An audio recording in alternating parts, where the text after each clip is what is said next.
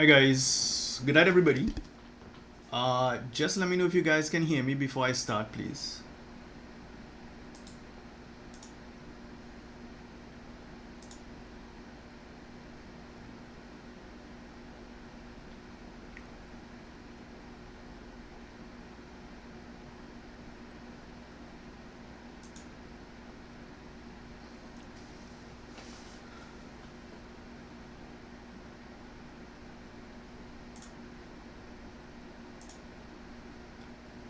Alright, so I'm just going to run through some questions with you guys here.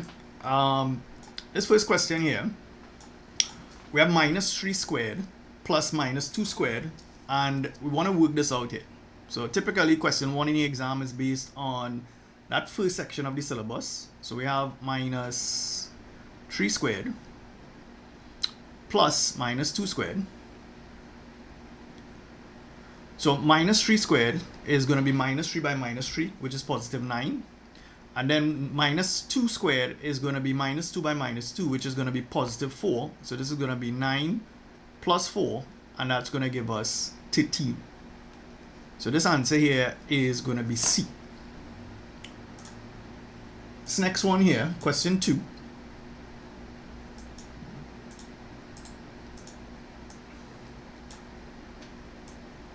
So what percentage of 40 is 8?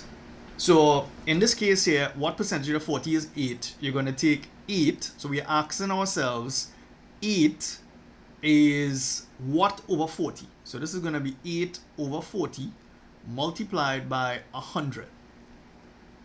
So that's how we're going to convert that here as a percent. What percentage of 40 is 8? So in this case here, we can say 8 can go into 8 one time.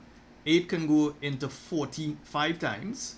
So that's 1/5 multiplied by 100. So 5 into 100 is going to give us 20. So this here is going to be 20%. So the answer is going to be B.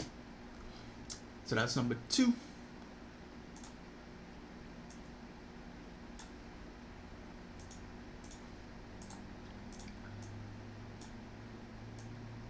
This next one here, we have 0.45, and we want to write that as a common fraction in its simplest form. So if you have 0.45, that can be written as 45 over 100. Now in this case here, 5 can go into this 9 times, and 5 can go into this 20 times. So this is going to be 9 over 20. So I'm converting a decimal into a fraction. In this case, the answer is going to be E.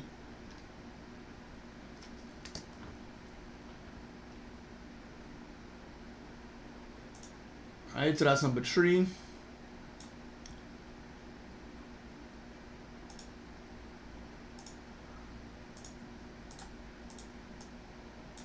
Question 4. We want to multiply. Now remember, in the multiple choice, you're not allowed to use calculators. So you have to use reasoning and logic in order to work out some of these problems. So what they gave me here is 235 multiplied by 48.7 is equal to, what we have here, 11,444.5. So that's what they gave us there. Now they want me to work out 2.35 multiplied by 4.87. So somehow we need to use this here in order to figure that out. So if we look at what's happening here, this number is related to this, but how? How is it related to that? What you've done here, you've actually taken this number here and you divided by 100. When we jump from here to here, you've actually divided by 10. So what we've done, we've changed this number by dividing this by 100 to get this. And you've taken this number here and you divided by 10 in order to get this here. So overall, what you've effectively done is divided by 1,000. So this answer here has to be divided by 1,000. So therefore, our answer is going to be, so if we divide this by 1,000, you're going to go 1, 2, 3. So this is going to be 11.4445. Okay, so that is 11.4445. That is E. Okay.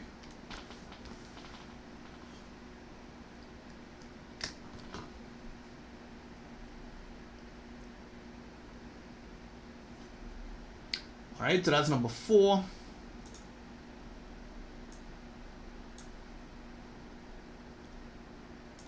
Question 5. Right, now this is being recorded, so those of you coming in late, you can always go back to it. I mean, the exam is quite Friday, so. A test is marked out of 60. A boy scored 60% of the marks on the test. How many marks did he score? Well, the max score in this exam here is 80, and the boy scored 60%. So all you need to do is to find 60% of 80. So in this case, 60% is actually 60, over 100. That's 60%. And then multiplying that by 80 over 1. So let's start reducing some stuff here. So 20 can go into this 3 times, and 20 can go into this 5 times. So you end up with 3/5 multiplied by 80. So in this case here, let's take this 5. 5 can go into 80 how many times? 1 5 is 5, and that's 6. So that's 16 multiplied by 3. So that's 6 3s are 18. 1 3 is 3, and 1 4. So the answer is going to be 48. So this boy here, he scored 48 out of that 60 in order to earn him 60%. So the answer is going to be B. Okay. Again, remember, no calculator allowed in this paper. So you have to work the questions manually. So that's number 5.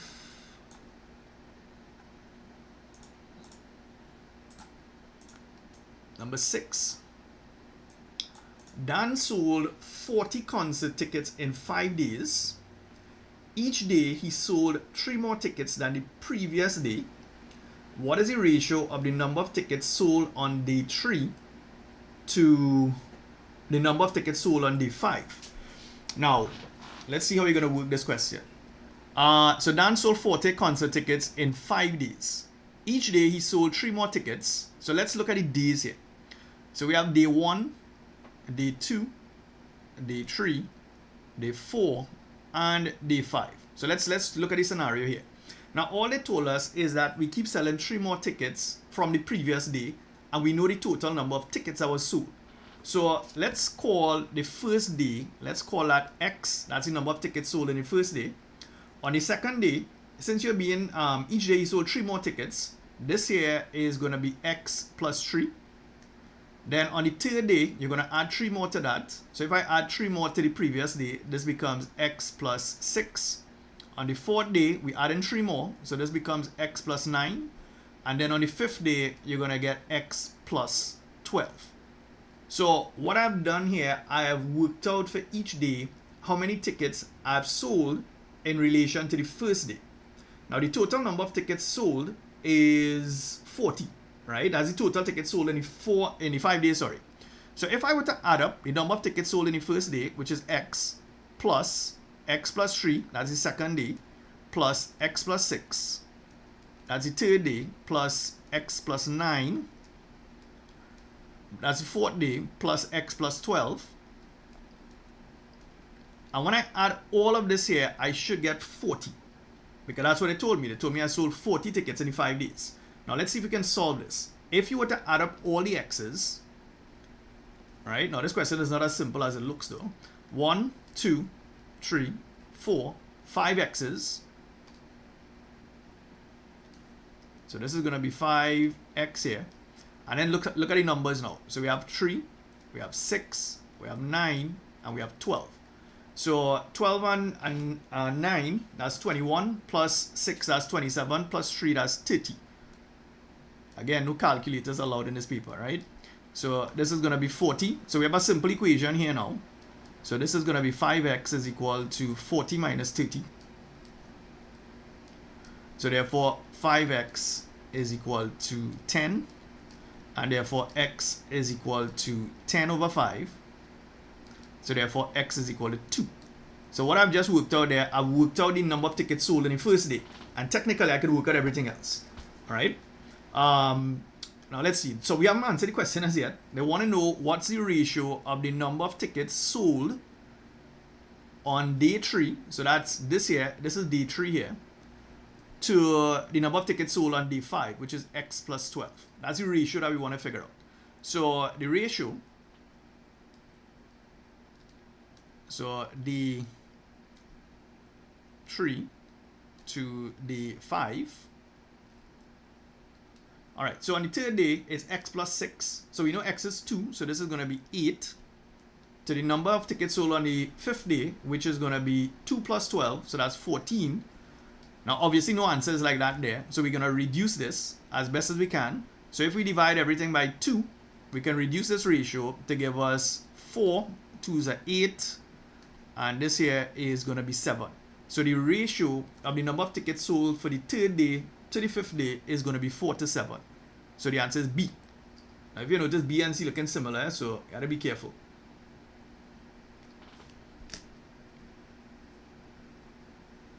Alright.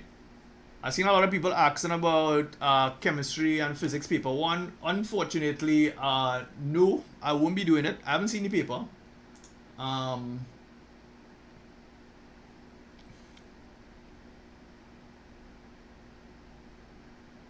Yeah, somebody said this look like one of those questions when you have extra time. Yeah, that's what you do. When you're doing the exam, go to the questions that you know how to answer first. Don't waste time on the difficult questions. Do the easy ones first, right? Okay, so that's number 6. Number 7, right? Now pay attention to the working for some of these things. Pay attention to the working. Try to understand how we are coming up with the answers. So which of the following sets is defined by, so x is a member, right? So this here is integers, right? And integers include 0. So now, if we look at the inequality here, we're going from -2 to 4. Now, based on the inequality sign, you have to include -2. So when we go -2, -1, 0, 1, 2, 3, and we have to include the 4 as well, based on the sign here. So therefore, which answer is that? -2 going right up to 4, so the answer is D. Right, so pay attention to working, right? Like I said, yeah, this is being recorded, guys, right? This is being recorded, so it'll be up, no worry.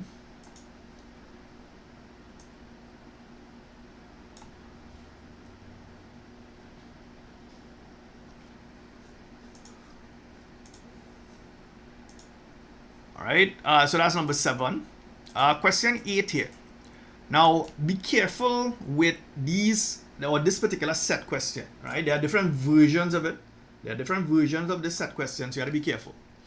The set of positive integers that are divisible by 6 is an example of what? Before I write the answer, you all know what the answer is?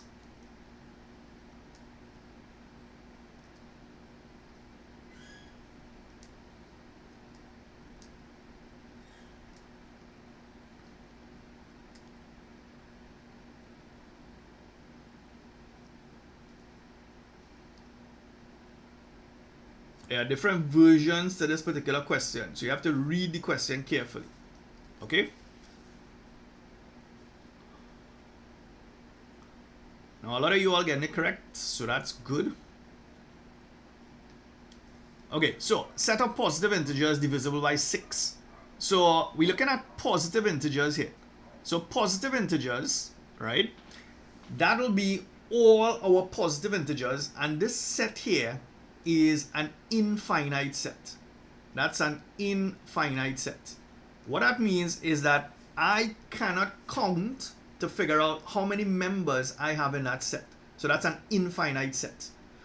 Now, if we take that infinite set and we want to figure out which one of those numbers are divisible by 6, we will also get an infinite set as well. So the answer has to be C. There's an infinite number of integers that will be divisible by 6. So that's the answer.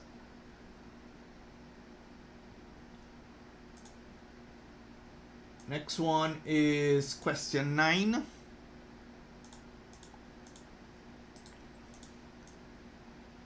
So question 9 here, we have some information pertaining to two sets, A and B. Now, there is a formula that we could use to work this out, but you don't need the formula, right? If you're doing add maths, then you can use that formula, but you don't need the formula to actually work this out. All you need to do, let's call this set A, let's call this set B. And what they're telling us here is that the number or the universal set is 25. The number in A is 14. So this is 14 here.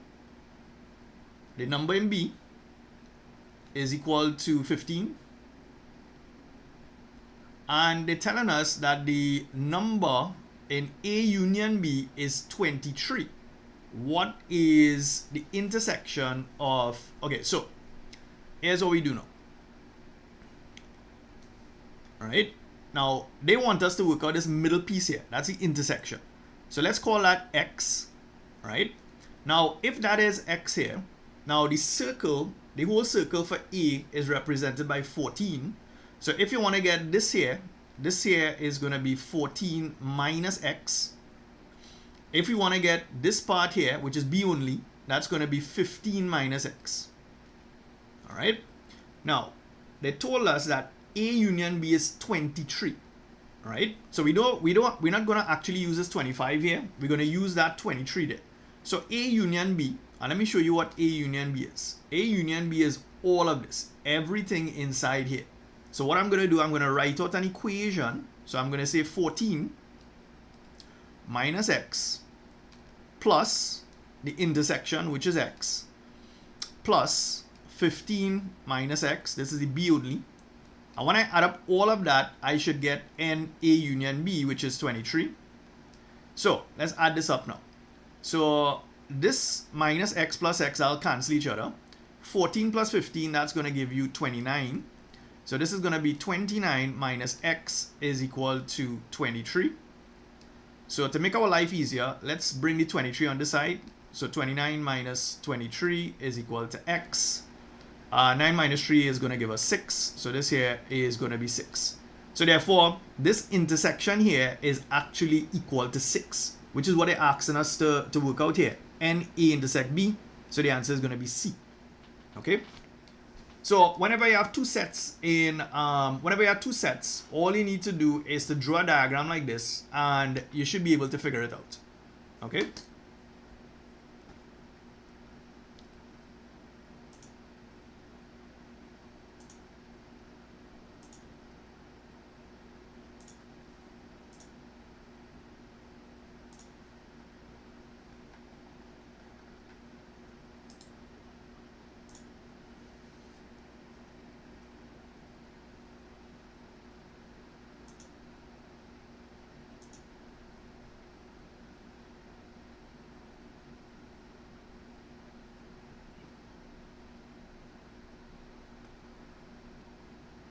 Right, so that is number 9.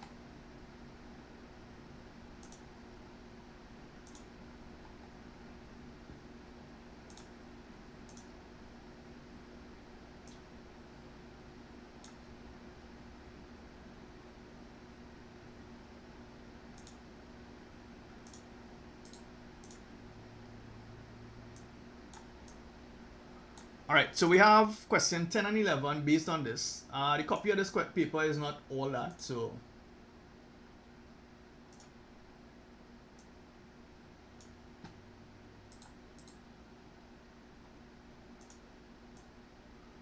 Alright, so this question here, we have refer to the following Venn diagram. Use the universal set, right? Universal set.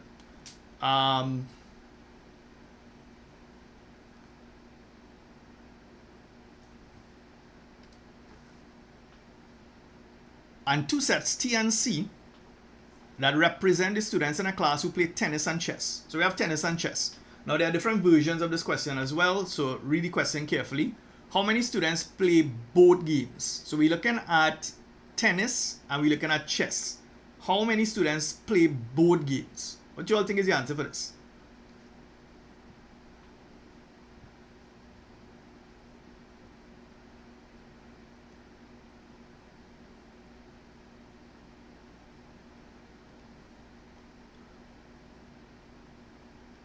right? Again, be careful if you're learning off answers, right? We're talking about both games here. So we're looking at who play chess and tennis. If you look at the Venn diagram, Paul is actually playing chess and tennis. Rima is also playing chess and tennis. So therefore, we have two students who are playing both games. Ali is only playing tennis. Alex is only playing tennis. Tom is only playing tennis. And Kayla is only playing tennis. So Rima and Paul play both. So there are two students who do that. All right. This next one here. All right. So the same diagram again, but we have a different question. How many students play exactly one game? So we're looking at exactly one game here. So the people who play one game will be Ali. Ali plays only tennis. Alex plays only tennis. Tom plays only tennis. And Kayla also only plays tennis. So in this case here, we have 4 students. So the answer is going to be C for this one here.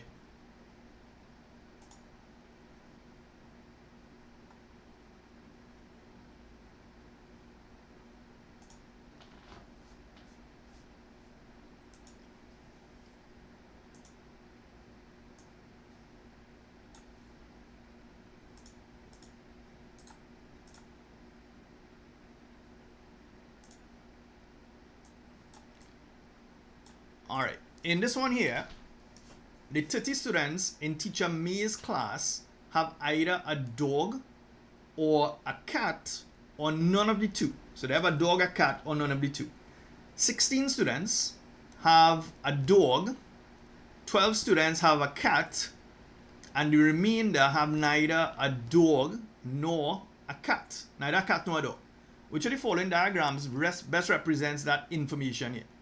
What you all think is the answer for this one?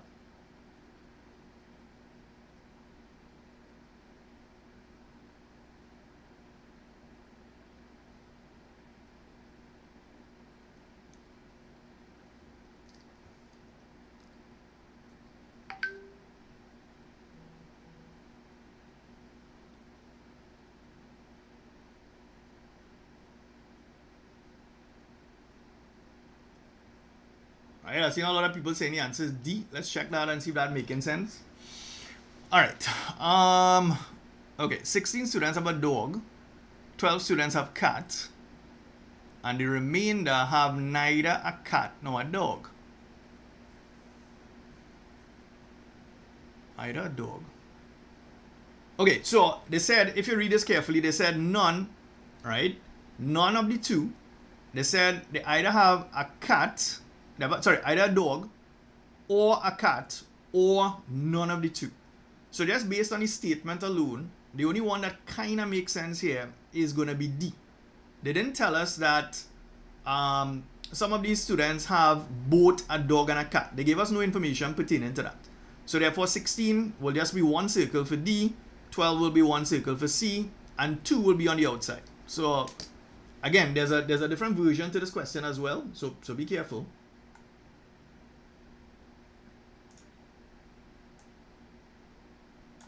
Now this next batch of questions here are the ones that typically give students trouble based on consumer arithmetic, because we have at least 5 or 6 questions here on consumer arithmetic. At a bank, EC $2.60 is equivalent to $1 US. For every $1 US exchange, EC 10 cents is deducted as an exchange fee. How many EC dollars will Leon receive if he exchanges $1,000? Right? So let's see. So first things first, we know that US $1 is equivalent to, now the thing is, you will get $2.60, yes, but they're telling us that for every dollar that we exchange, we have to pay 10 cents. We have to pay 10 cents as an exchange fee. So you're not really getting $2.60, but you're getting $2.50. So this here is going to be EC $2.50. That's what you're going to get here. $2.50 is your conversion. So now, if I have $1,000, so US $1,000 and I want to convert that into EC dollars, all I need to do is to take that 250 and I just need to multiply that by 1,000. So 2.5, and if you want to multiply that by 1,000, you're going to go 1, 2, 3. So this is going to give us $2,500. So this here is our answer. The answer is going to be C.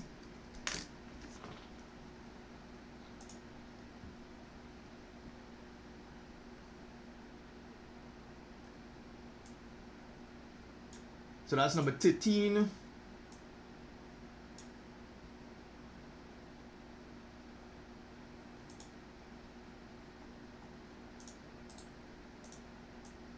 Question 14. A dress which costs $1,800 is being sold at a discount of 10%. The amount of the discount. So if you want to work out discount,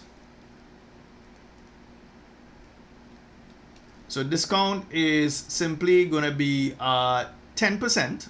So you have to take 10 over 100 and you're multiplying that by $1,800. That's the price of the dress.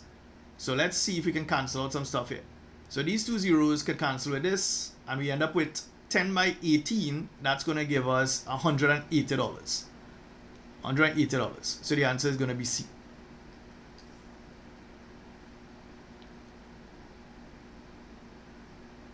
Okay. That's number 14.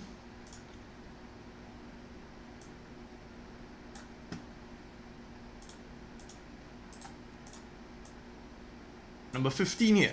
$7,000 is borrowed at a rate of 5% per annum for 3 years. The simple interest would be what? So they like to bring simple interest. So simple interest, you all need to know this formula. So it's principal by rate by time divided by 100. So your principal, it says $7,000. So it's 7,000 multiplied by the rate, which is 5%, multiplied by the time in this case is 3 years, over 100. So these two zeros will cancel with this. So we have 70 and you have to multiply that by 5 by 3. So again, remember, you're not allowed to use a calculator. So that's 15, 5 3s are 15, multiplying that by 70. So the first thing you're going to do, you can say 5 by 7 is 35. 1 7 is 7 and 3 is 10. So that's 1 0. So this here is what we're looking at here. So again, no calculators involved, but the answer is $1,050.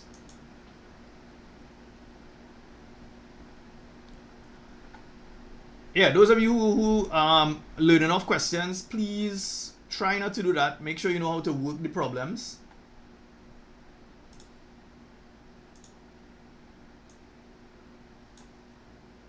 You need to understand the concepts, right?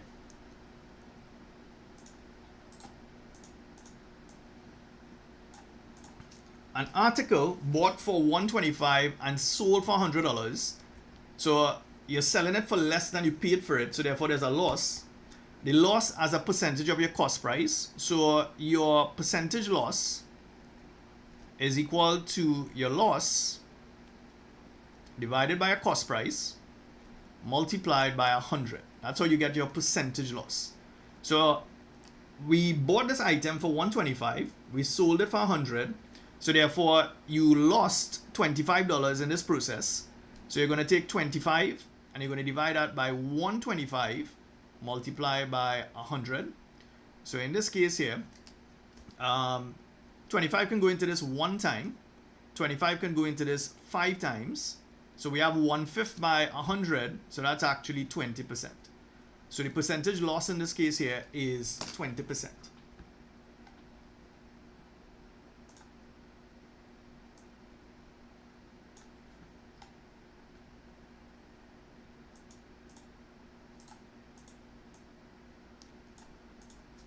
So the cash price of a television set is $350. When bought on hire purchase, a deposit of $35 is required, followed by 12 monthly installments of $30 each. How much is saved by paying cash? So the cash price is going to be $350. That's the cash price. Now let's work out the higher purchase price.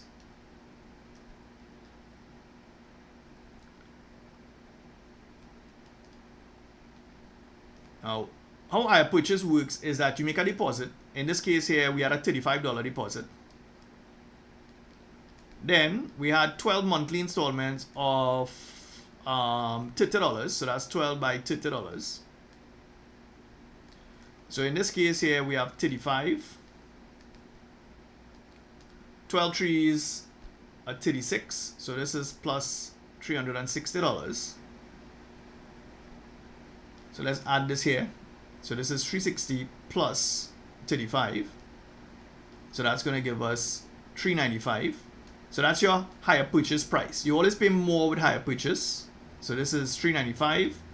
So if you want to figure out how much you would have saved, we have to take the higher purchase price, which is 395, and you're going to subtract the cost price. So in this case here, 5 minus 0 is 5, 9 take away 5 is 4. So therefore, if you had purchased this thing at your cash price, you would have saved $45. So the answer is D. That's the answer there.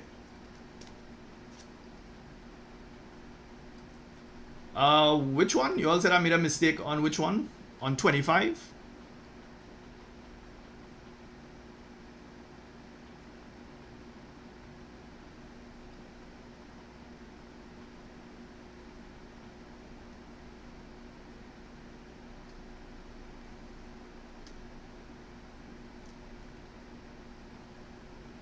Alright, I'm not sure. Somebody said I made a mistake on 25. I'm not sure which one you're referring to, right?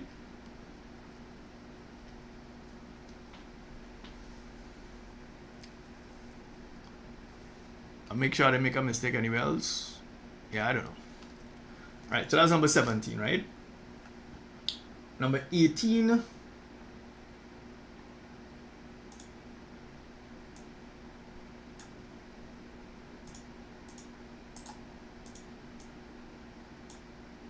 Right, and next question on simple interest. So if simple interest on $900 at 4% per annum for T years is $108, what is the value of T? So again, simple interest formula, you all need to learn this.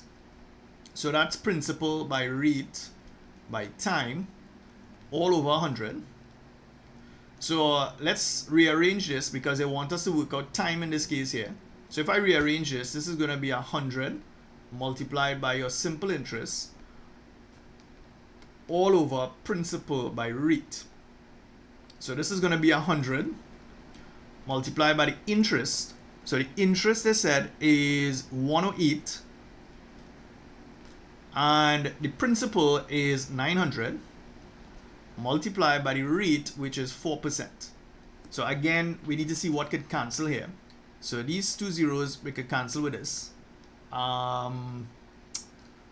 This 9 here can go into this 1. 1 9 is 9. We have a remainder of 1. That's 18. So that's 12. So 12 divided by 4, you're going to get 3 years. So this answer here is going to be B, right?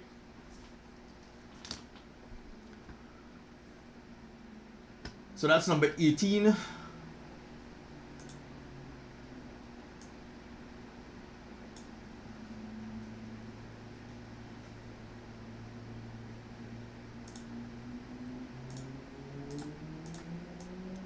Number 19, at the end of any year, a car is worth 5% less than what it's worth at the beginning of the year. If a car is worth $19,000 in December 2021, what's the value of the car in Jan 2021? So here's what's happening here. So this is a question based on depreciation. So Jan 2021, that is the original price of the car here. Now, we don't know what that is, but we're going to take that as your starting value of 100%. So when it comes to depreciation, we need to look at it in terms of a percentage. Now, that's the beginning of the year. At the end of the year, which is December 2021, they said that the car is worth, at the end of the year, the car is worth 5% less than it's worth at the beginning of the year. So if it's 5% less, it means that the value of the car in terms of a percentage is going to be 95% at the end of the year.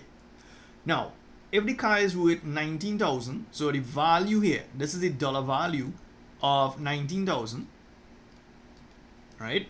And you want to figure out what is the value at the beginning of the year. That's what you're trying to figure out. So to do that, all we need to do, we can say that 95% is really equivalent to that 19,000, right? So 95% is equivalent to 19,000. So we need to figure out what is 100%. So therefore, all I need to do, I need to cross multiply. So this here is going to be 100 multiplied by 19,000 all over 95, right? So this part here may give you a little trouble. So this is 19 divided by 95, right? Now, I'm just using the calculator quickly to work this out, just to save time. But this works out here to 20,000. Okay? So in this case here, the answer is going to be B. And like I said, there are versions or different versions to this question. The same question, they just change up the numbers. Okay? So the value of the car here is 20,000 at the beginning of the year.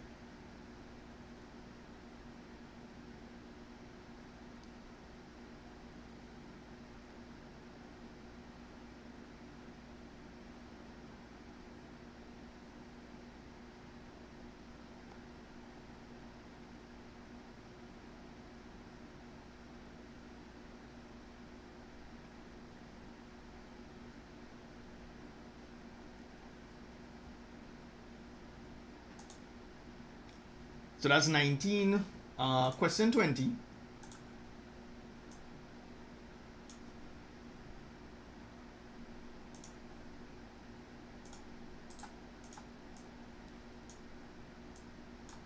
A man's regular pay is $8 per hour up to 40 hours. Overtime is twice the payment for regular time. If he was paid $480, how many hours did he work overtime? So when you have to do a question like this, so he's being paid $480. That's the total pay. Now this pay here consists of a base pay plus you have an overtime. Now in terms of the base, so he's working a 40-hour week and he's being paid $8 per hour. So therefore his base wage is going to be 40 multiplied by 8. So 0 by 8 is 0, 4 8 is 32. So that's $320. So he's being paid $320 as his base salary.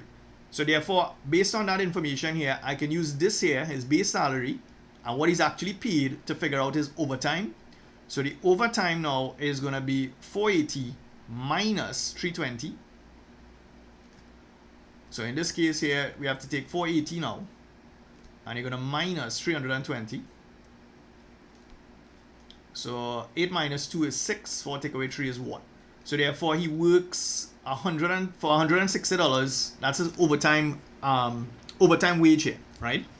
Now this here, we need to figure out this. The question asks, how many overtime hours did he work? Now overtime is paid at twice the regular time. So the overtime hourly rate is equal to, so it's twice that amount, so it's going to be 2 multiplied by 8. So that's 8 2s are 16, right? So that's $16 per hour overtime.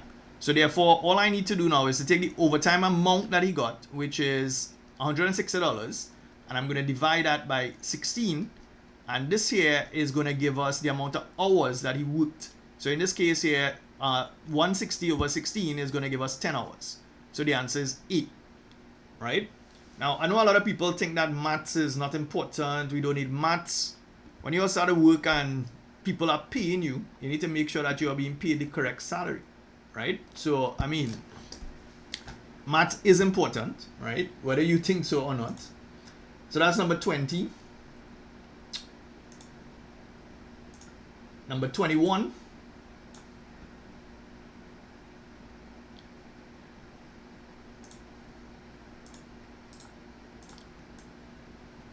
7 times the product of two numbers a and b is written as what? So 7 times, so 7 multiplied by the product of two numbers. So if you're multiplying the two numbers, it's going to be a multiplied by b. So therefore, this here is going to be 7ab. So this one is pretty easy. 7 times the product of two numbers a and b is just 7ab. That's 21.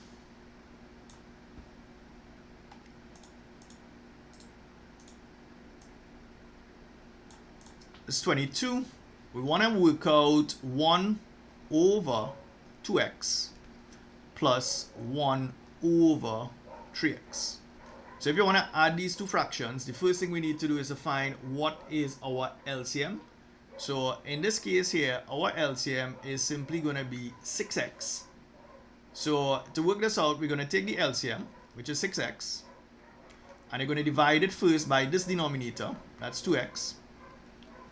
So therefore, this is going to work out to 3. What do we do with that? Take that number and you multiply by this numerator here. So this is going to be 3. Put your plus sign. We're going to take the LCM again, which is 6x. And you're going to divide it by this denominator here, which is 3x. And you're going to get 2. What do I do with that? I take that 2 and I multiply it by this. So this is going to be 2. So therefore, when I simplify the numerator, that's 3 plus 2, that's 5, all over 6x. So the answer is going to be B.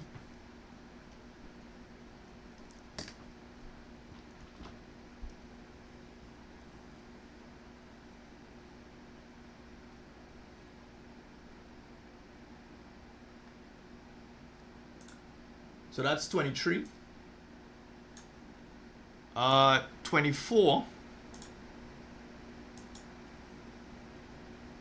Sorry, 20. That's 22, my bad. Alright, this one is 23. So they want us to work out this value here. So they want us to work out x squared plus 3y all over xy. So in this case here, x squared is going to be 4 squared plus 3 multiplied by y. Y in this case is 2 all over xy. So xy means 4 multiplied by 2. That's xy. So this is going to be 4 squared is 16 plus 3 2s are 6 all over 8. So that's 6 and 6, 12. So this is going to be 22 all over 8. Or that could be 11 over 4. And if we reduce this, we're going to get 2 4s are 8 and 3/4. So it's 2 and 3/4, which is going to be D.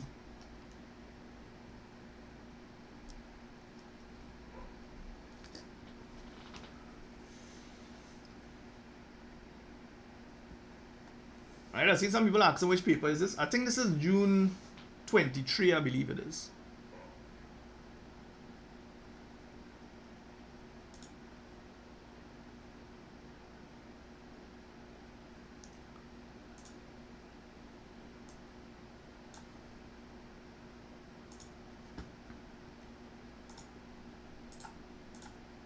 Alright, question 24. We have an equation here to solve. So we have 5, open brackets, 2x minus 1 is equal to 35.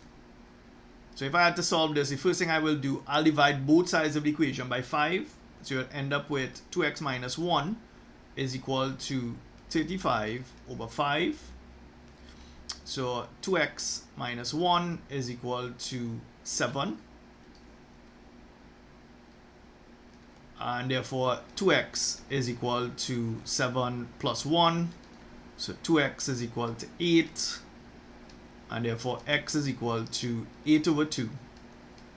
So therefore x is equal to 4. Okay, so the answer is going to be D.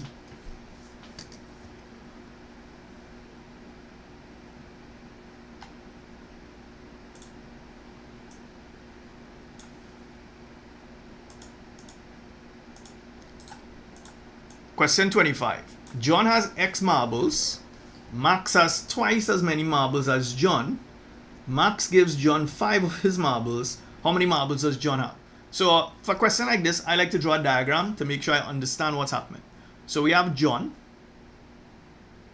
And John has X marbles. Then we have Max. Now Max has twice as many marbles as John, so therefore Max has to have 2x based on the wording. Now they're telling us that Max gives John 5 of his marbles. So Max is taken from his amount, and he's given John, he's given him 5. Right? So 5 marbles are going to the left here. Now they said how many marbles does John have? So this is John. He originally had X, but he received 5 from Max. So therefore it's simply going to be X plus 5. So the answer is going to be B.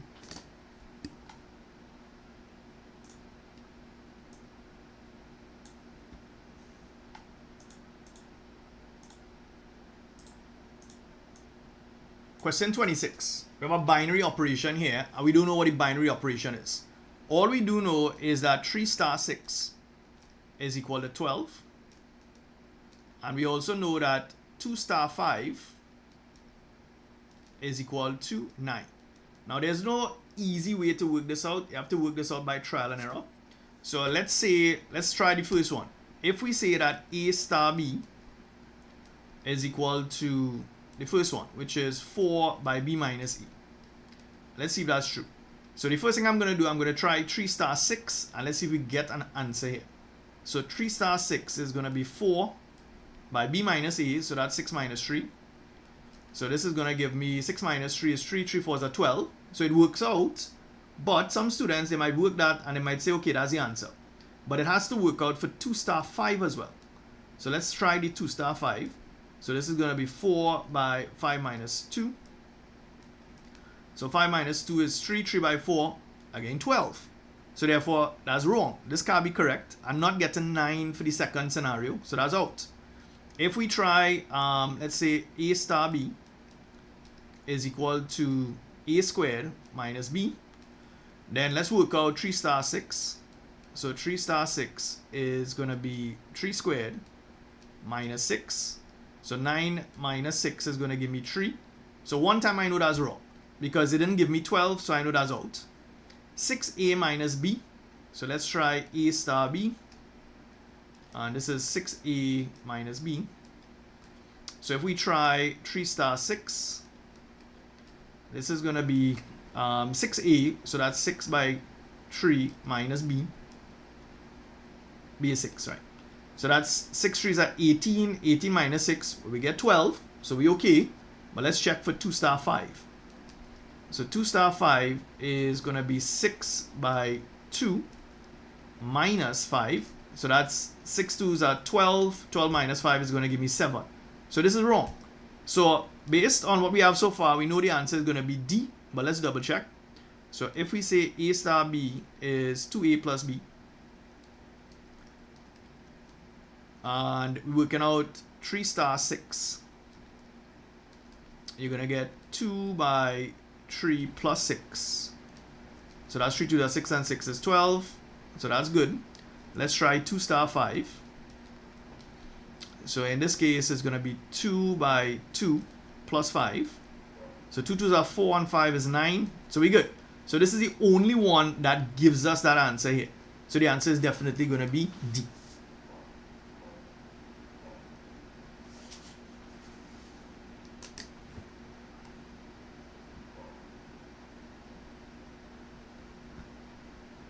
Okay, so that's 26.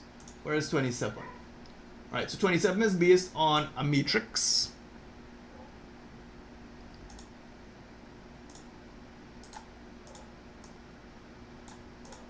Alright, so we have a matrix here and we want to know what's the order of the matrix. So some people don't know what the order of the matrix is. So order of a matrix is given by m by n, where this here tells us the number of rows and this here tells us the number of columns.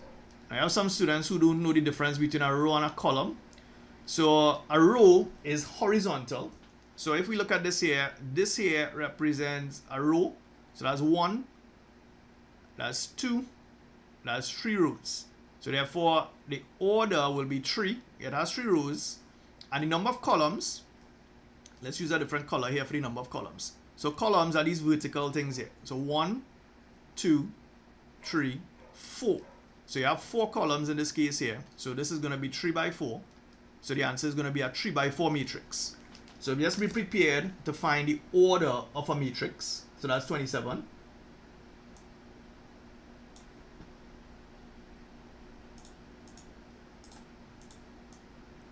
Question 28, we have a matrix. That matrix is given by P. And we want to work out what is the determinant of the matrix. So if you have a matrix M, and that's given by A, B, C, and D, the determinant, usually written like this, is simply A multiplied by D minus B multiplied by C. That's how you find the determinant of a matrix. So in this case, we have a matrix P, and P is given by 8, 6, 7, 5. So in this case here, your determinant is equal to, so we have to take 8 multiplied by 5 minus 6 by 7. So those of you not sure what we're doing here, all we're doing, we're taking 8, this 8 here, multiplied by this, and then you're going to subtract this multiplied by this. That's what you do in order to find the determinant of a matrix. So 8 by 5 is 40. 6 by 7, 7 6s are 42. So 40 minus 42, you'll get minus 2. So in this case here, the answer is going to be B.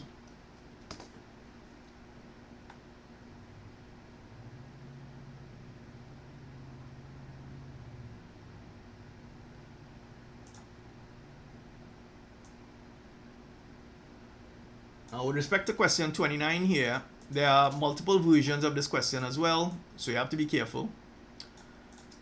So we have two vectors here, P and Q, and you want to work out P minus Q. So P minus Q, you're going to take the vector P, which in this case is 3, 7, and you're going to subtract the vector Q, which is minus 2, 5.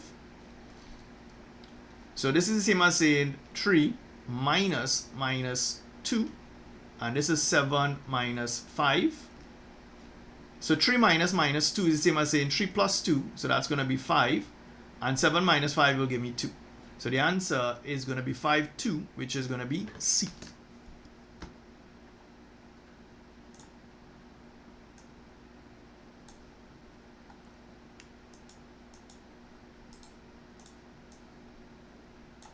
Question 30, we have a triangle here. R is the midpoint, OL and T. R is the midpoint of OL, T is the midpoint of OM. And they give us some vectors here. They want you to work out what is RM. Yeah, RM. So if I were you, I'll draw a line from R to M, because that's the vector that we're trying to work out. Now, how I teach vectors in my class is that I treat it as if you're driving from one location to the next. So I want to drive from R to M. That's what I want to do. So if I want to go from R to M, I can do this. I can go from R to O, and then when I reach O, I can go in this direction here. Right? So let's write down a vector equation for that. You want RM? I can do this. I can go from R to O, then from O to M. Now let's see if we know those vectors. R to O. Now the vector OR is equal to A, but the thing is, you want to go in the reverse direction. This vector here is OR and it's A.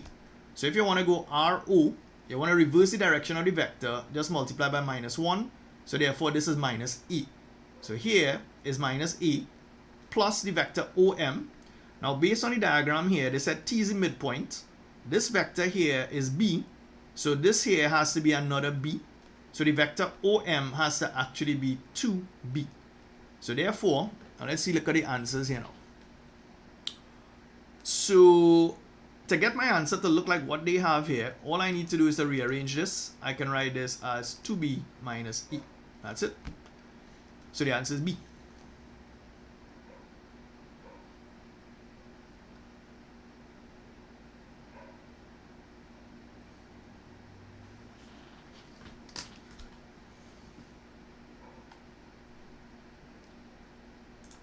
Right, so that is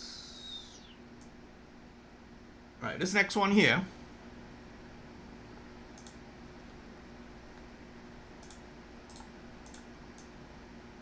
given that 1 millimeter is 1 over 1,000 meters, you want to convert 2,500 millimeters into meters.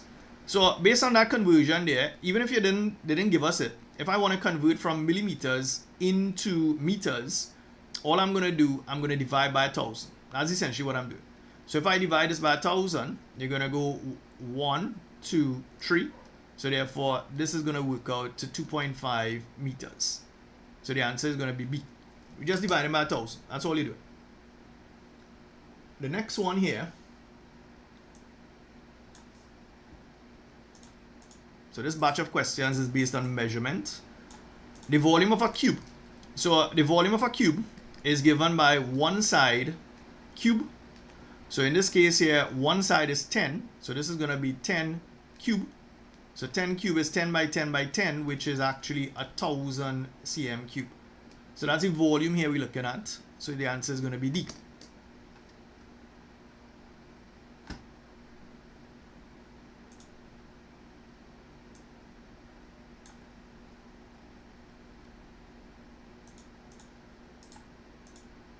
Alright, this next one here, there are versions to this question as well. At a party, the number of guests was served with 15 liters of champagne. So we have 15 liters of champagne. Each guest had 2 glasses of champagne, and each glass held 150 milliliters. Assuming no spillage, how many guests were at the party? Again, different versions of the same question. So each guest had 2 glasses. So one glass is 150. So if I take 2 and I multiply by 150, that'll give me the total amount of liters that is drunk by one person. Each person having 2 glasses, right? Each guest has 2 glasses. So this is 2 by 150. So that is going to be 300 milliliters. So that is how much each guest consumed at the party. This is the total number of champagne, or the total amount of champagne. So all I'm going to do, I'm going to convert the 15 liters into milliliters by multiplying by 1,000. So this here is the total number of milliliters of champagne I have at this party. And each guest is using 300 mil. So all I need to do is to take that 15,000 and I'm going to divide that by 300 in order to figure out how many guests we have there. So in this case here, we're going to take these 2 zeros, cancel with this. This 3 can go into this 15 5 times. So that'll give me 50. So therefore, there are actually 50 guests at this party. So the answer is C.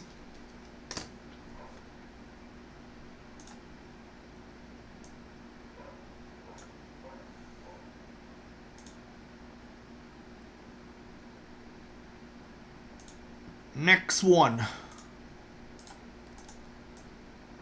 Again, there's a different version to this question as well. So we have a diagram here. It shows a trapezium. They said if the area of the trapezium is 65, what's the height? So the area of a trapezium is given by this formula. It is a half the sum of the parallel sides multiplied by your height. That's the formula to find the area of a trapezium. Now they told us in the question that the area of this trapezium is 65. So all we're going to do, we're going to plug in some numbers here. So a half multiplied by the sum of the parallel sides. So that's 8 plus 18. Multiplied by your height. The height is this here, which we don't know. But when I work this out, I should get 65. So I'm going to use this equation to figure out what is my height. So 18 plus 18, that's going to give us 26. So that's a half by 26 by each is equal to 65. So this is going to be 13 each is equal to 65. So we need to work out what is each here. So each is 65 over 13. So if you're not sure what to do here, right? So let's, because it's multiple choice, let's say 13 by 5 is how much? 5 3s are 15, 1 5 5 1 6. So 13 can actually go into 65 exactly 5 times. So therefore each is going to be 5 cm. So the answer is going to be D. So that's 34.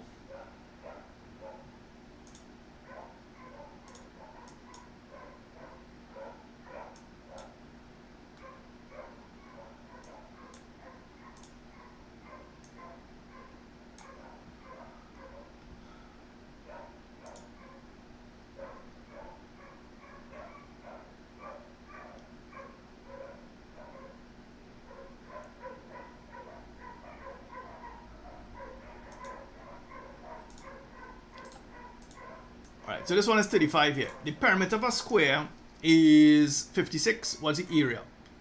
So we have a square here.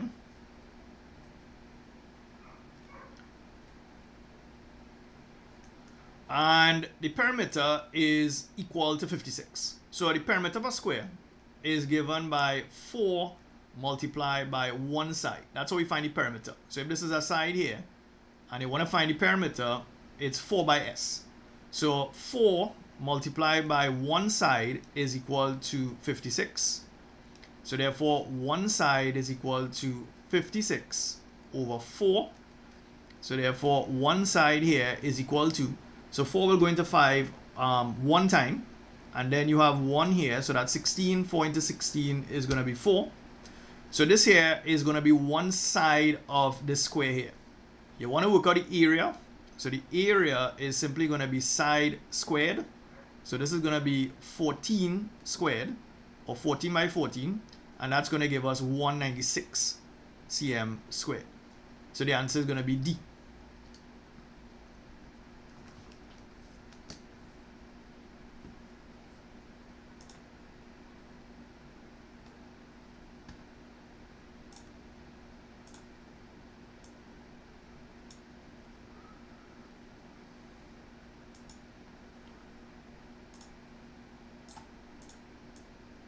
Alright, this next one here. The distance around the edge of a circular pond. So we have a circular pond here. Right? Okay, that's not a circle, but...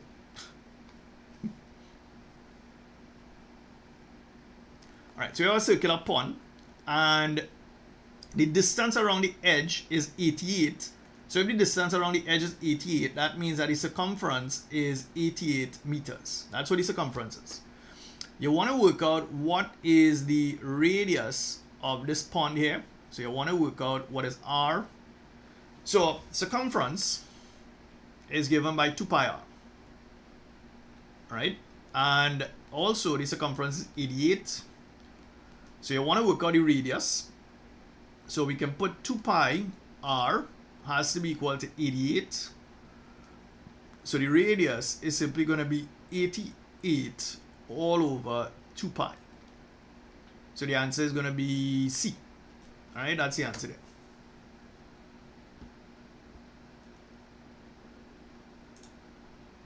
Question 37.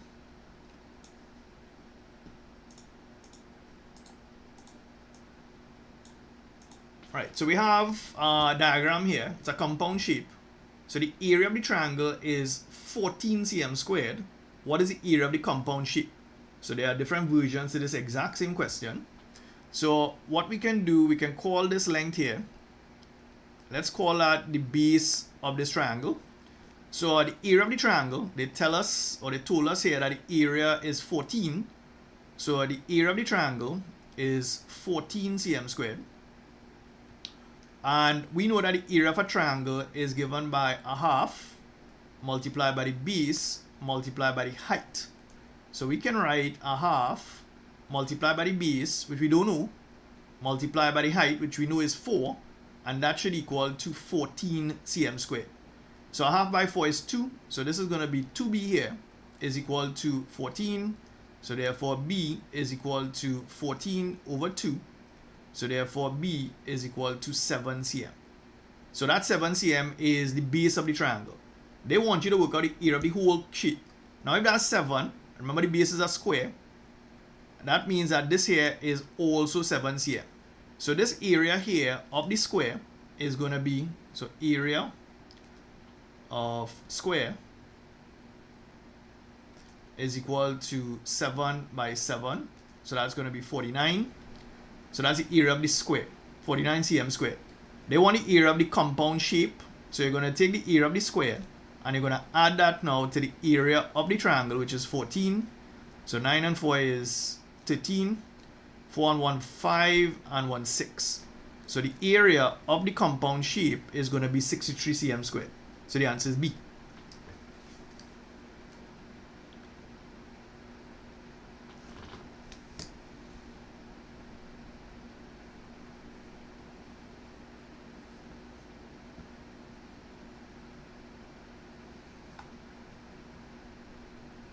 So that's 37.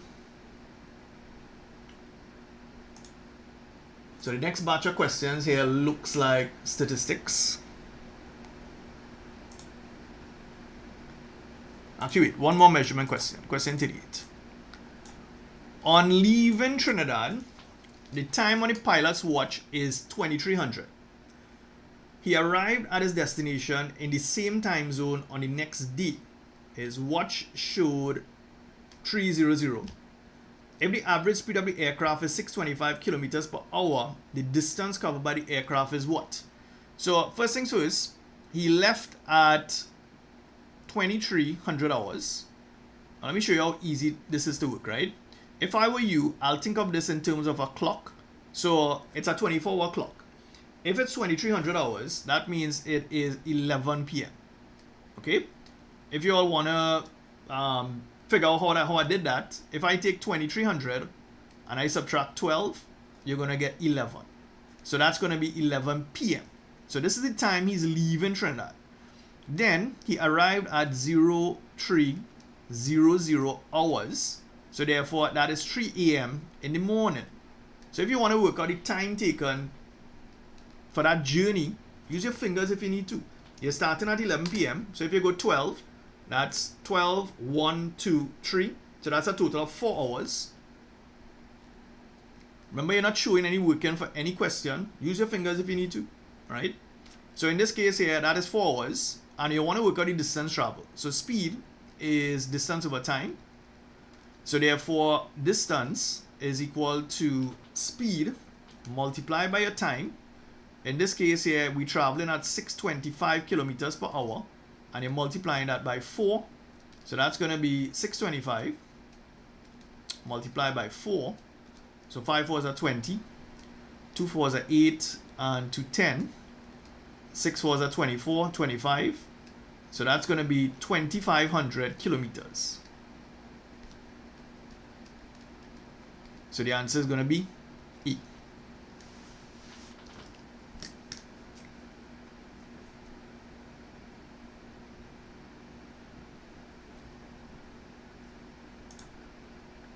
So that is 38. Question 39.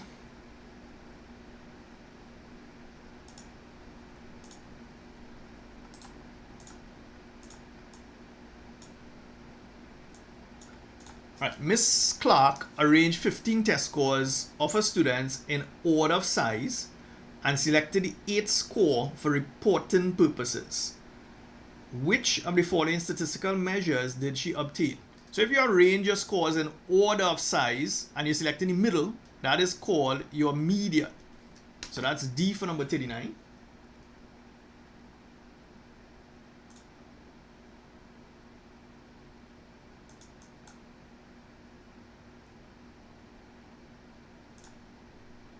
So question 40 and 41, they're all based on this cumulative frequency curve here.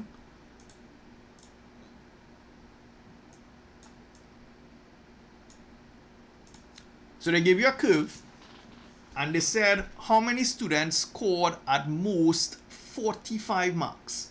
Now, in maths, whenever we say at most, we're talking about that figure, which in this case is 45, or less.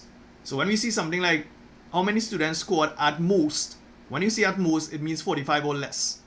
Always remember, from a cumulative frequency curve, it gives us less than information. That's what it does. So if you want to work out less than 45 marks, what you need to do, you need to draw a line here, right? At the 45 mark, and then you're going to read off to see what this is. Now, for some students who don't know how to read off a scale properly, I suggest you writing these here. So this has to be 20, 40, 60, is 100, this is 140, this here is 180. So write down those numbers first. Next thing we need to do, we need to be able to figure out what does each small line represent. Now from here to here, that's 20. So if you want to know what each small line represents, take that 20 and you're going to divide that by the number of spaces that you have, which is 5. So that's going to give us 4. This here tells us that every small line represents 4. I see a lot of students reading off graphs incorrectly. So in this case here, what is this going to be? Based on where this is actually So you have to draw a line from here to here, right? Let me draw that over.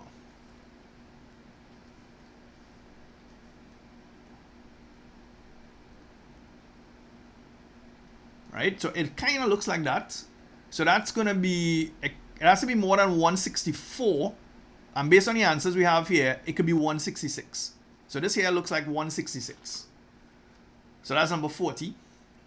The next thing they want, the median scored by the 200 students. So you want to work out the median.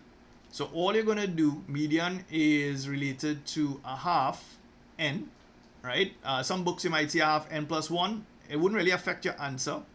So all you need to do is to find half of 200, which is going to be 100.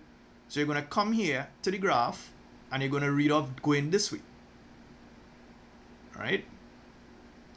So now we're going to go down here. Now on this axis here, you're going from 10 to 20. So you need to figure out what each small line represents. So that's a difference of 10. And in terms of spaces, you're dividing by 10 spaces as well. So therefore, every small line represents 1. So when I read this coming down here, right, it looks like around here. So what does that correspond to?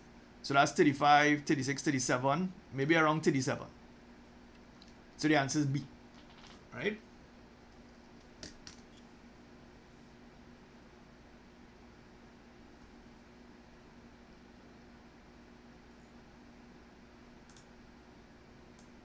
So that's 41. Question 42.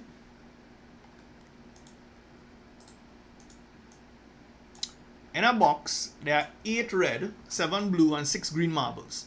One marble is picked at random. What's the probability of neither blue nor red? So in this box, you have red. We have 8 red. We have 7 blue. And we have 6 green. So these are the colored marbles that we have here. We have 6. So in terms of total number of marbles that we have in this box, it is going to be, that's 6 3 18, 19, 20, 21. So we have a total of 21 marbles here, right? And they want the probability that it's neither blue nor green. So if it's not blue and it's not green, then the marble has to be red. So they're asking us in SMART, what's the probability of selecting a red marble? So that's going to be 8 out of 21. There are 8 red marbles and you have a total of 21. So the answer is going to be E.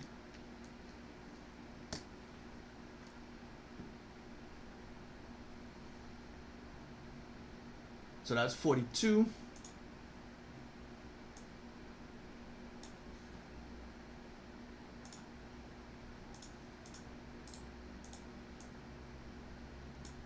Question 43, we have a pie chart and it shows popular games played by 720 students. How many students played cricket? How many students played cricket?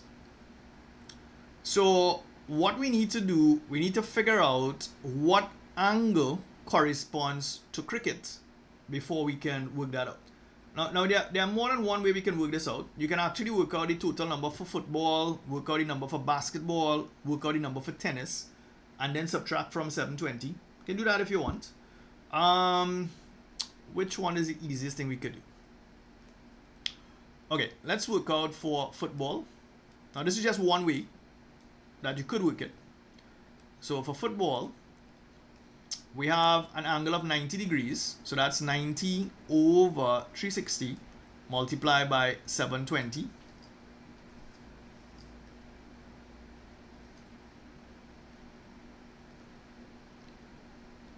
Right? So 360 can go into 720 2 times. So that's 9 2s, 180. So that's football. When it comes to basketball,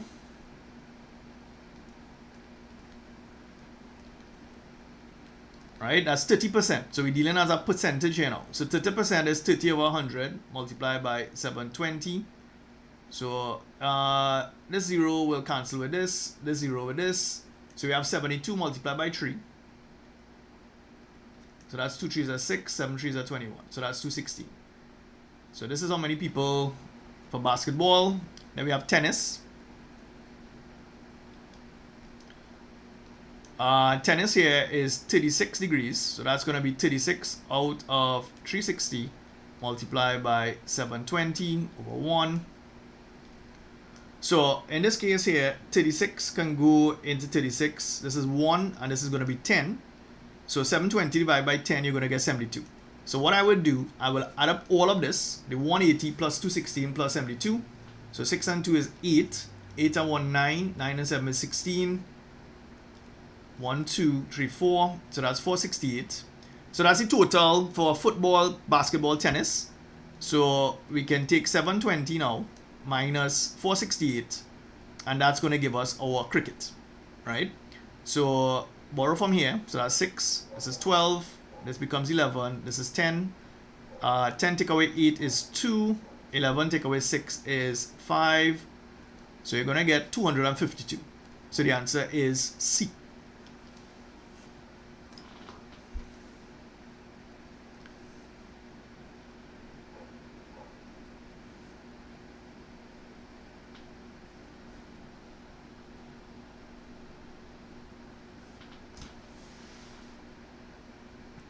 Right? So again, like I said, that's one way of working the problem. What you could have done is use angles. So the football angle is 90 degrees plus the 36, that's the tennis. And 30%, you can work out what angle that corresponds to. So you can say 30 over 100 multiplied by 360. So this will cancel with this will cancel with this. So that's 36 by 3. So 6 3s are 18, 3 3s are 9, and 110, so that's 108. So this is an alternative way of working the problem. You can work out all of these angles here, right? And subtract from 360. So it's up to you. 8 and 6 is 14. Right? So you can work it based on angles as well. It's up to you all. Whatever you are comfortable with, right?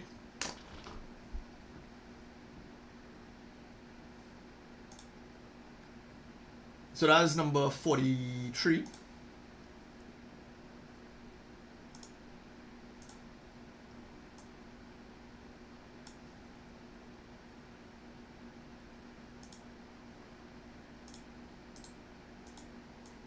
All right, this next one here, we have a two-way contingency table. And it shows the ways in which 200 students in a group are transported to school on a particular day. So a student is picked at random from a group. What's the probability that a student is a male who traveled to school by taxi on that day? Now there are different versions to this question. So they want the probability that the student is a male and they travel to school by taxi on that day. Now this is what we call a conditional probability. Now if you read the question carefully, they said a student is picked at random. So if the student is picked at random is being picked from the pool of 200. So it's out of 200. Then you're looking at a male who traveled by taxi. The amount of male students, or the number of male students who travel by taxi is 50. So therefore this here is going to be 50 out of 200. So you cancel this here. 5 over 20 is going to give you a quarter. So the answer is going to be A. Again, there are different versions of the same question. So be careful. Some of you who learn enough answers, just watch out. So that's 44. Question 45.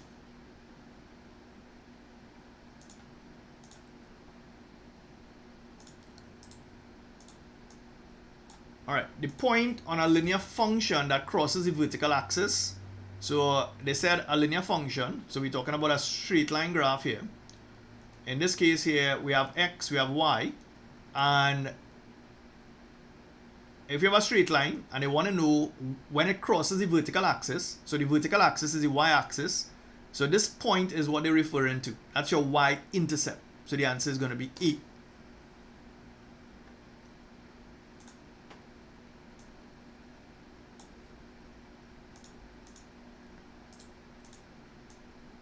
Alright, question 46. The equation of a line crosses the vertical axis at the point 0, 5 and it has a gradient of 4.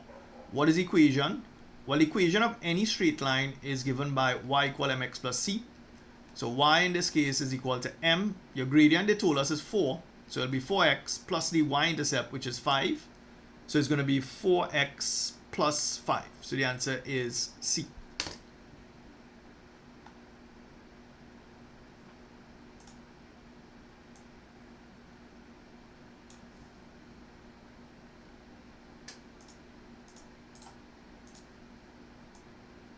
All right, for this one here, we have some graphs here, and they said which one represents a linear function. So clearly this is a quadratic, so this is out. This here is an exponential curve, so that's out. And some students might look at A and B and think, well, both of them are linear functions.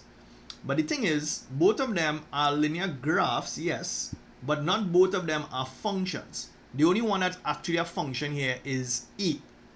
B, even though it's linear, so even though this is a straight line here, that's not a function, right? So the answer is going to be A for 47.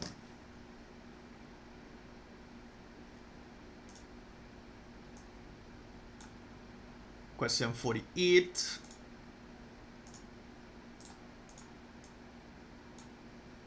So we have this quadratic here that they like to bring. It's the exact same quadratic they bring a lot of times. The one equation of the axis of symmetry. So the axis of symmetry is a vertical line that passes through the max or the midpoint. So this is your axis of symmetry, and it's passing through this point 2 here.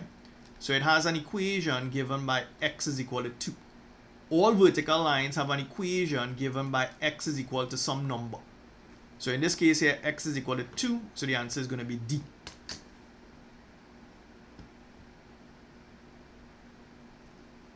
So that's 48.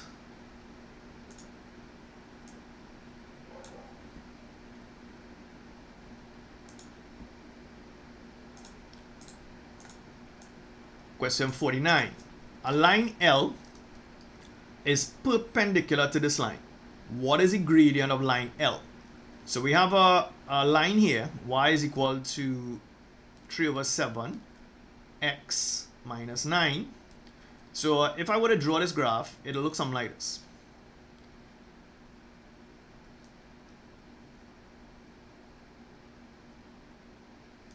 So this would be your y-axis, this would be your x-axis. Now the gradient of this particular line here is 3/7. So this here, let's call that m1, that is 3 over 7. Now you want the gradient of a line L which is perpendicular to this. So any line, they didn't specify where the line is passing, but any line perpendicular to this would look like this. It has to be like this, and it must cut at 90 degrees. That's a perpendicular line. So if you know the gradient of 1, which is 3 over 7, to work out the gradient of the perpendicular line, all we do, we invert and put a minus sign in front of it. So if you invert 3/7, it'll be 7 over 3, and you have to put a minus sign in front of it. So the answer is going to be E. You see, perpendicular lines, when you multiply their gradients, you're going to get -1. So the answer is going to be E.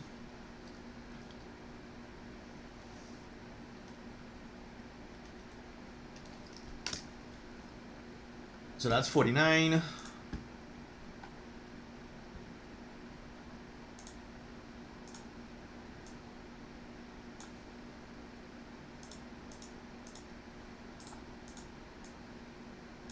Question 50. We have a function here, and that function g of x is given by 7x minus 3 all over 5. And you want to work out g of minus 6. So g of minus 6 in this case will be 7 by minus 6 minus 3 divided by 5, right? So this is going to be minus 7 6s are 42, so that's minus 42 minus 3 all over 5. So minus 42 minus 3 will give you minus 45 all over 5. So that's going to give you minus 9. So the answer is going to be E.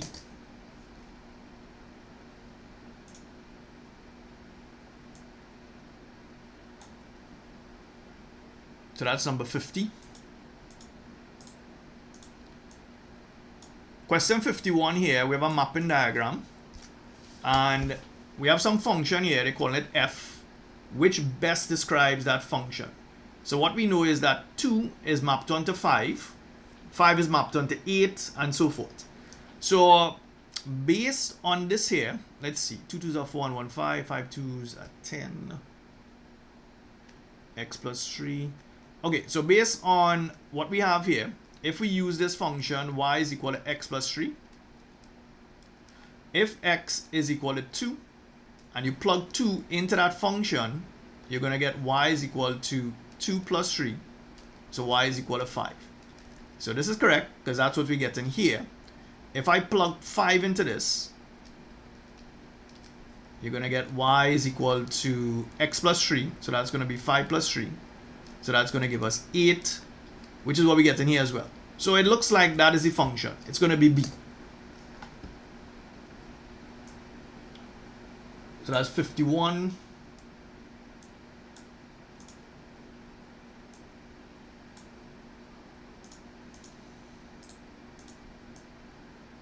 Question 52. We have a function here where the function f of x is given by x cubed.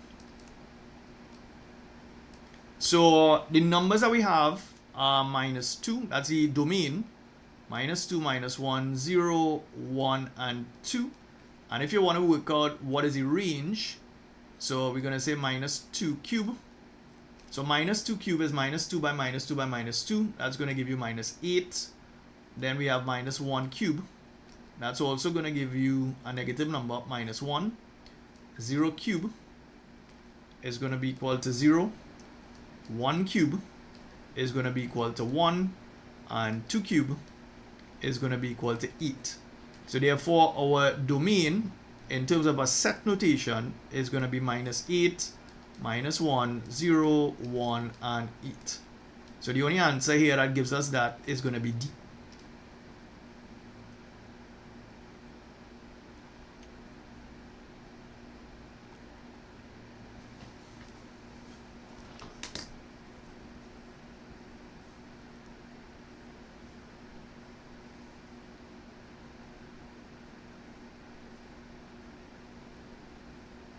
Alright, so that's 52.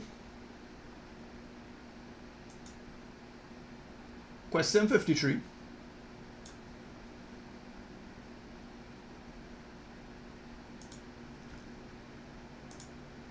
Alright, those of you planning to pass maths, just pay attention. Alright, no waste time in the chat.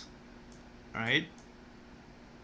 The moderators in the chat are my own students, so they can kick out whoever they want to wasting time. Right? We have a diagram here. It shows PQ and R. What transformation maps PQR onto P prime, Q prime, R prime? So if we look at this diagram here, basically it looks like a reflection. That's what it looks like. If I fold the paper along that red line there, I'll get the two triangles to line up. So this here is called a reflection. Okay? So that's 53.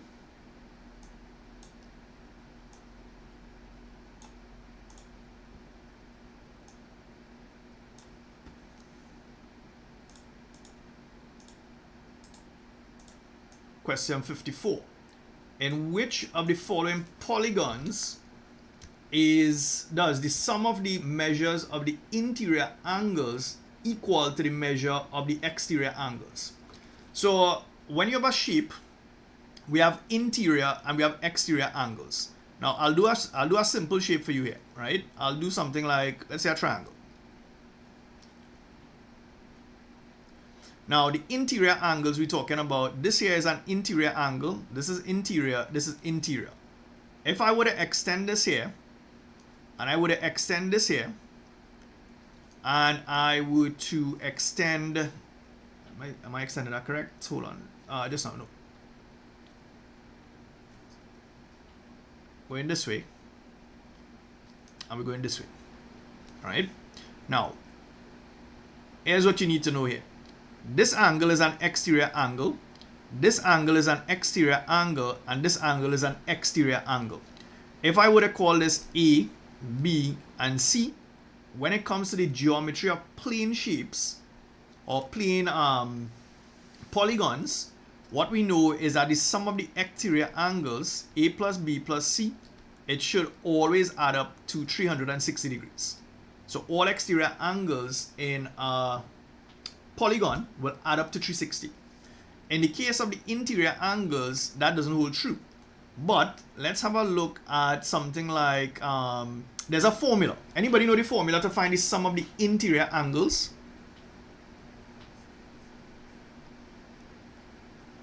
Do you all know the formula for the sum of the interior angles? Anybody? Sum of the interior angles of any polygon.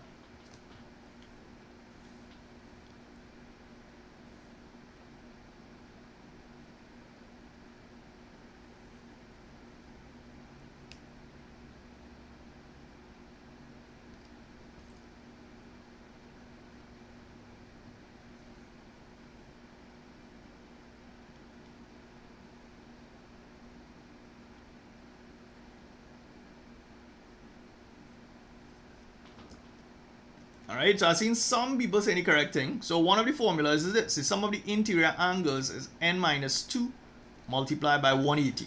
There's a different version to this formula.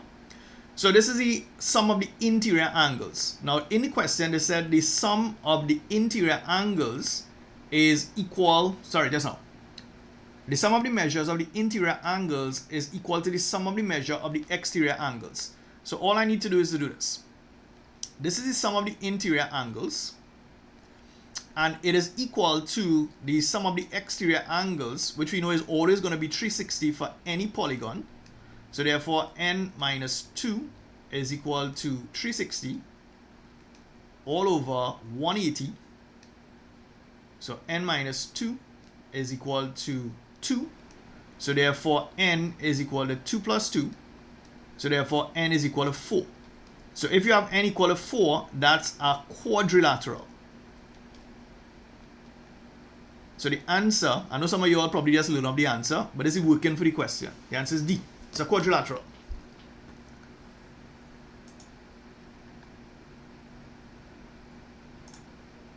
So that's 54.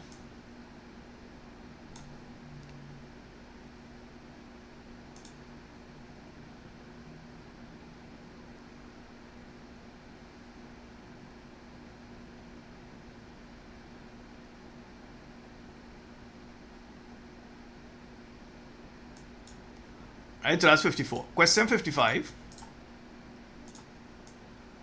We have this here, right? A lot of people tend to get this question wrong for some reason. What is the image of this line? So this line here is given by y is equal to minus x. And you're rotating it, rotated anti-clockwise about to, this is your center of rotation. And you're rotating this thing anti-clockwise at an angle of 90 degrees. So if you rotate this thing here, you're taking this here and you're rotating it this way, but you want to rotate it to 90 degrees. If I rotate it to 90 degrees, it means that you are doing this. This angle here is 90 degrees. Now this new line that we get here is actually the line y is equal to x. So therefore the answer is going to be D.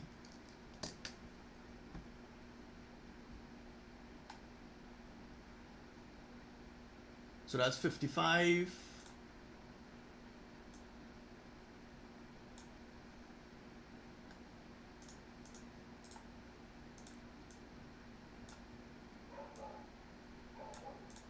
All right, what we have here now?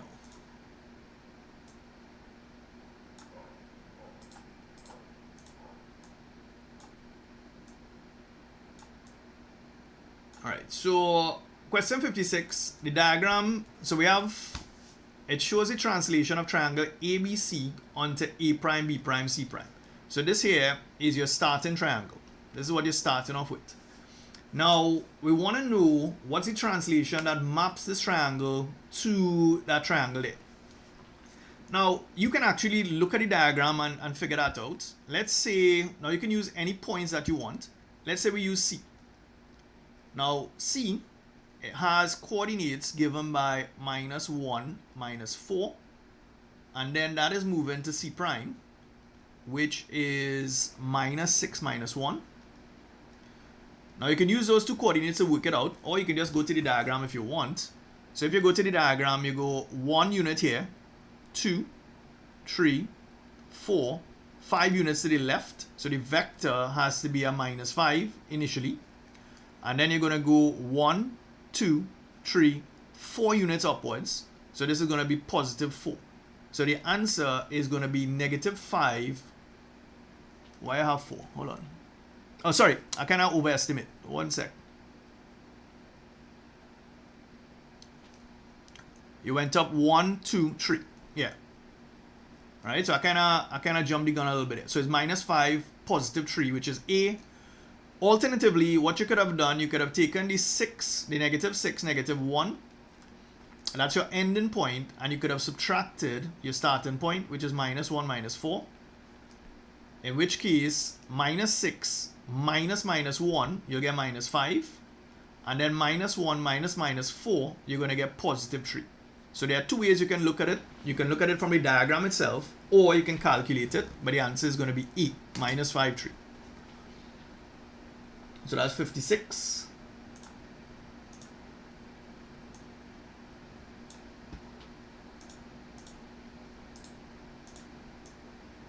Question 57. Item 57 refers to the following right angle triangle ABC, and we want to work out the length AC. So what I normally tell students to do is to label your diagram first of all. So this here is your opposite, that's the angle opposite the known angle. The side opposite the 90 degree is your hypotenuse. So this is your hypotenuse. And what you're left with is your adjacent. So all right angle triangles, this is the best way to approach this. And now we need to decide, we want to calculate the length AC. AC is your adjacent. So you have to look at this. So, ka, toi. Right? Now, we know what the hypotenuse is. You're trying to calculate adjacent. So you're looking for the ratio that has adjacent and hypotenuse. So we're dealing with cosine. So you're going to say cosine theta is equal to adjacent over your hypotenuse. So cosine of 30 is equal to adjacent, which is AC. That's what you're trying to calculate, over the hypotenuse, which is 40. So let's put this over 1, and then we're going to cross multiply.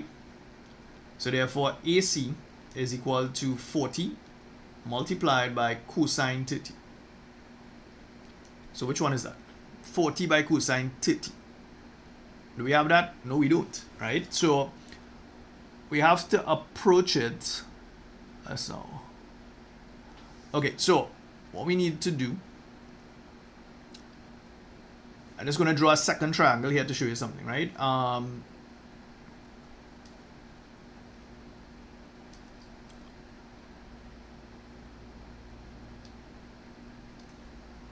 Alright, so if this is 30, this is 90, then this has to be 60 degrees here. Okay? So based on the answers here, we need to rearrange this, how we label this thing here. So let's go with, let's use the 60 this time. So this here is going to be called your opposite. So this is A, this is C, and this is B. And if that's your opposite, this is your hypotenuse, which here is 40. So this is your hypotenuse. So you have hypotenuse, and you want to work out opposite. So we're going to do this a different way here, because we're not seeing the answer.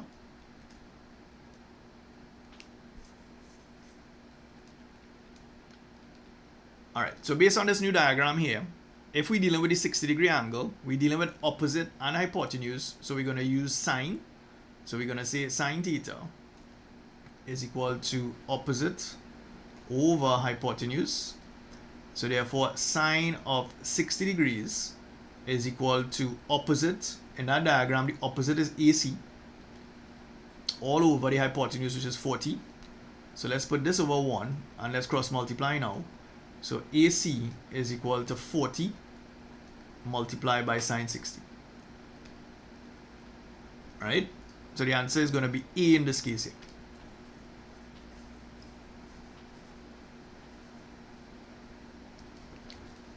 Right? So the answer is going to be A. It's not an either or in this case here. All right, the answer is going to be E.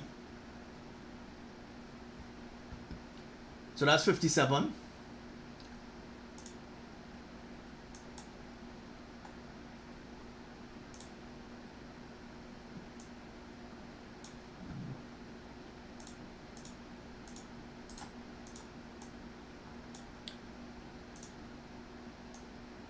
This one here is 58. So we have a diagram here and it shows an enlargement. They want to know what is the scale factor. So first thing you need to do when it comes to these questions, you have to figure out which one is your object and which one is the image. So I can see CXC changing up some of these letterings here for you. So this here is actually your object here, right? And the image is a bigger triangle. So it's an enlargement. So if you want to work out the scale factor, best thing to do is to pull one length here, this is 2 units, and divide it by this length here, which is 1 unit. So it's going to be 2 over 1, which is 2. So the scale factor has to be 2. The answer is C.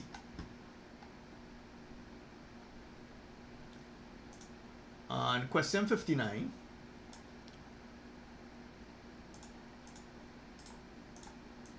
A plane is flying in a direction of 45 degrees and changes course in a clockwise direction to 135. Through what angle? The angle through which the plane turns is what? So you have a plane and it's traveling in a direction of 45 degrees. So we will assume it's a bearing they're talking about here, and it's a bearing of 45 degrees. So if this is your north line, it means that the plane was doing this initially. So this here is your 45 degrees. Then they said that the plane changes direction in a clockwise direction of 135. So again, if it changes direction, let's put a north line here, and we're going to move in a clockwise direction of 135. So here's 91, that's now 90, 120.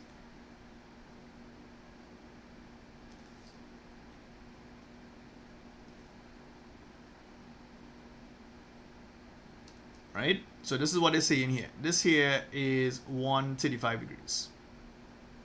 And now the question is asking, through what angle did the plane turn? Right? Through what angle did the plane turn? So remember, the plane was originally going this way, and then it changed direction here. So what we need to do, we need to use some geometry in order to work this out. So the first thing you could do, you can work out this angle here. So that green angle here is actually 180 minus 45. So let's borrow one from this here. So 10 take away 5 is 5, 7 take away 4 is 3. So this here is 135. So that green angle is 135.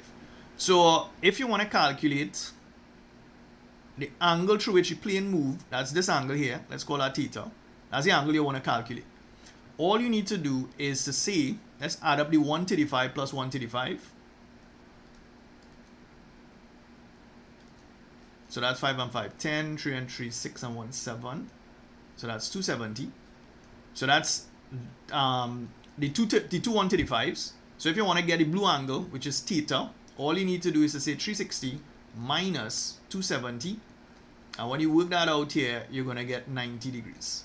So that blue angle, this blue angle here, is actually 90 degrees. So that's the angle through which the plane moves. The answer is B.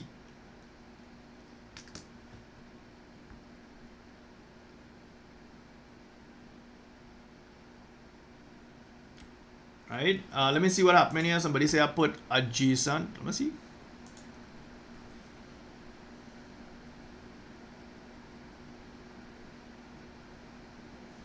What somebody say I put cosine? What?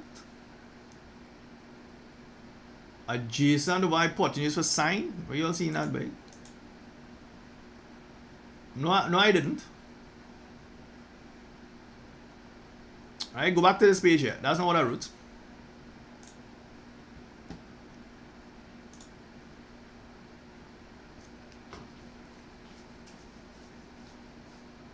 Alright, so this here is the last question, question 60.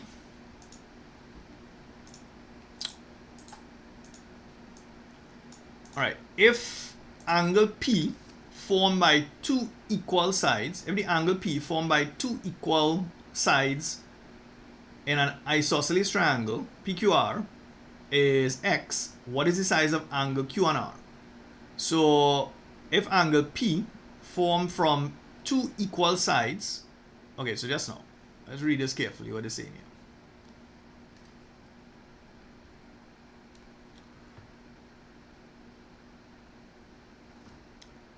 So this is P. Alright, so P is being formed from two equal sides, and this angle here is angle X. So you have to read the wording of the questions carefully. So P is formed from the two equal sides of an isosceles triangle. What is the angle of Q? Okay, so this is Q here, and this is R. So you want to work out what is the size of angle Q. So this angle here and this angle here, they're going to be the same. So if you want to work out that angle there, all you need to do is to take 180 degrees. You're going to minus the X, and then you're going to divide that by 2. That's how you're going to calculate angle Q. So it's 180 minus X divided by 2. So the answer is going to be C. All right. All right, guys. So this is one complete paper. A lot of you all have been asking what paper is this. So this is June 2023, right? I have given you all the workings for the questions. I know some people like to learn off answers. I've given you all the working for all 60 questions. Okay? So I hope some of you all learned something here. So tomorrow at around 8ish, I might come on live again. That is Wednesday. And I will also come on Thursday around the same time. So if you all are available, right, just join me at 8 o'clock tomorrow and 8 o'clock on Thursday in order to go through 2 more papers. All right. So guys, this is all the time I have. I hope it was productive. So good luck with your studying. Practice as much questions as you can, and enjoy the rest of your afternoon, people. Good night, everybody.